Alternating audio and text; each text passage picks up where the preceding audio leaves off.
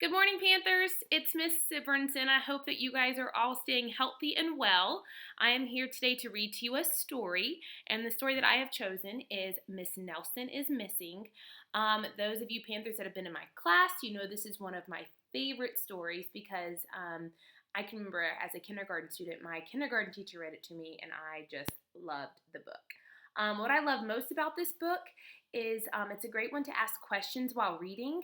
It's also a good book that you can ask what a theme is at the end and have your child kind of talk about some lessons that maybe the students learned in this story. So we're going to go ahead and get started. So Miss Nelson is Missing, and it's written by Harry Allard.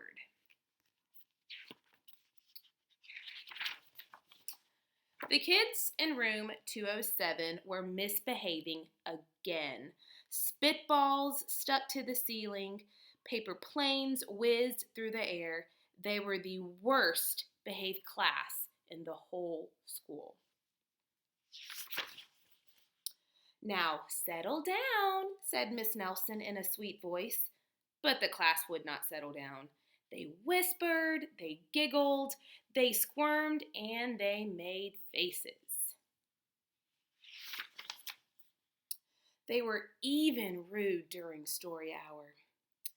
And they always refused to do their lessons. Something will have to be done, said Miss Nelson. Wonder what Miss Nelson's going to do. The next morning, Miss Nelson did not come to school. Wow, yelled the kids. Now we can really act up. They began to make more spitballs and paper planes. Today, let's just be terrible, they said. Not so fast, hissed an unpleasant voice. Wonder what's going to happen. A woman in an ugly black dress stood before them. I am your new teacher, Miss Viola Swamp. And she rapped the desk with her ruler. Where's Miss Nelson? Asked the kids. Never mind that, snapped Miss Swamp. Open those arithmetic books. Miss Nelson's kids did as they were told.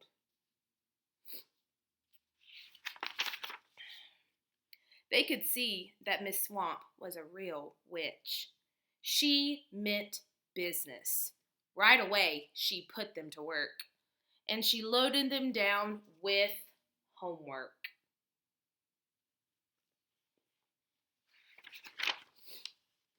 We'll have no story hour today, Miss Swamp said. Keep your mouth shut, said Miss Swamp. Sit perfectly still, said Miss Swamp. And if you misbehave, you'll be sorry, said Miss Swamp. She is not the kind of sub I would want. The kids in room 207 had never worked so hard. Days went by, and there was no sign of Miss Nelson. The kids missed Miss Nelson. Maybe we should go try to find her, they said. Some of them went to the police.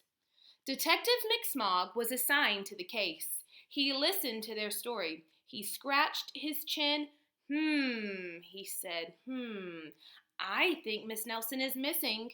Detective McSmog would not be so much help.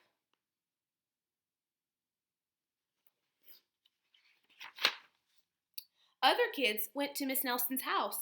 The shades were tightly drawn, and no one answered. In fact, the only person they did see was the wicked Miss Viola Swamp coming up the street. If she sees us, she'll give us more homework. So they got out of the way just in time.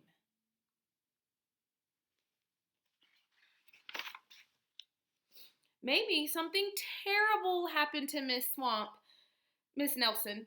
Maybe she was gobbled up by a shark, said one of the kids, but that didn't seem very likely.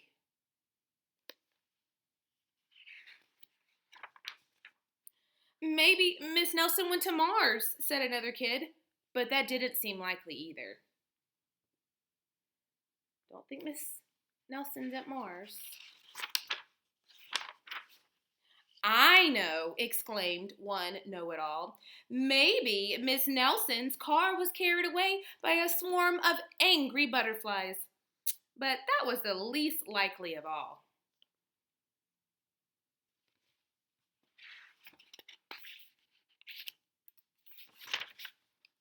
The kids in room 207 became very discouraged.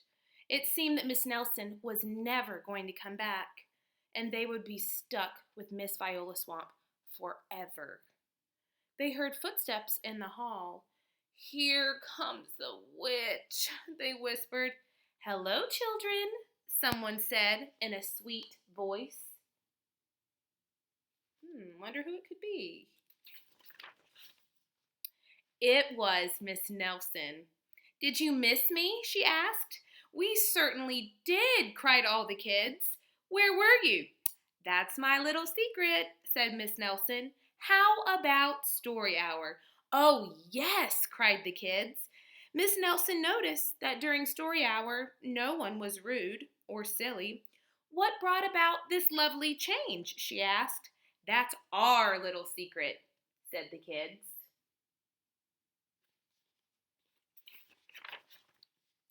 Back at home, Miss Nelson took off her coat and hung it in the closet, right next to an ugly black dress. When it was time for bed, she sang a little song. "I'll never tell," she said to herself with a smile. Wonder why that black dress is hanging there. P.S. Detective McSmog is working on a new case. He is now looking for Miss Viola Swamp. All right, Panthers. So I have a question. Why do you think that dress is hanging in Miss Nelson's closet? I want you to leave your answers down below in comments. Older students, I want you to tell me what would be a good theme for this story. So remember, theme is a lesson. So think about what a lesson Miss Nelson's students could have learned from the start of the story till now. So I hope you enjoyed this book. Again, it's one of my absolute favorites. It is Miss Nelson is Missing, and there are a few others in the Miss Nelson series. I hope you guys take care, and we'll see you soon.